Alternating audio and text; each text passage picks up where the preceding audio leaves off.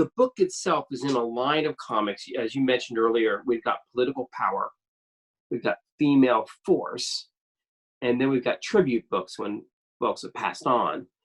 In this case, it's his little used line called Infamous. So we're calling it Infamous Tiger King. There's only a couple other books in the Infamous line. He's not really wanting to do anything that's TMZ-like. That's really not normally his approach. But with the coronavirus pandemic kind of shutting everything down and people kind of moving online, and you could just feel the depression in the country, just everybody's just sagging. We wanted to do something that kind of caught the zeitgeist of the moment. And one of the discussions actually, let's do a COVID comic. And I said, no, I don't want to do that. No, we have no interest in reading about that. But we are thinking about maybe we should do a Dr. Fauci one later or something. My publisher and the artist for the interior and one of the covers of the book, Joe Paradise, and the publisher's name is Darren Davis. I guess they were chatting online, and they said I had the best, worst idea ever. And then they pulled me in on this conversation and they said, what do you think about a biography of Tiger King? And all I'd seen were memes on Facebook and Twitter. I had no idea what it really was. I mean, I got the gist. It was somebody raising tigers and it's on Netflix. And they said, oh, you haven't seen it? Darren said, your homework is watch a couple episodes and then message me back and see if you're in or not.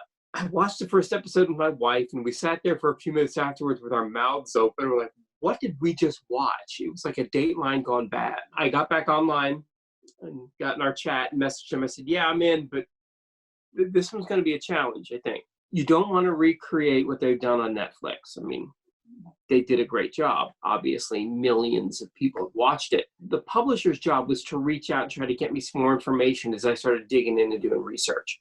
And so what I started looking for were interviews, past, present, especially in the past, really digging deep to find out if I could figure out who these characters were before the events of the Netflix show.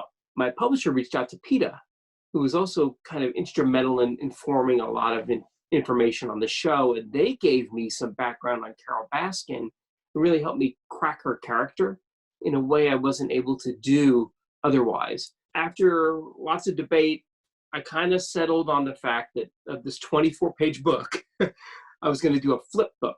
And the whole idea would be half of it would be Joe Exotic.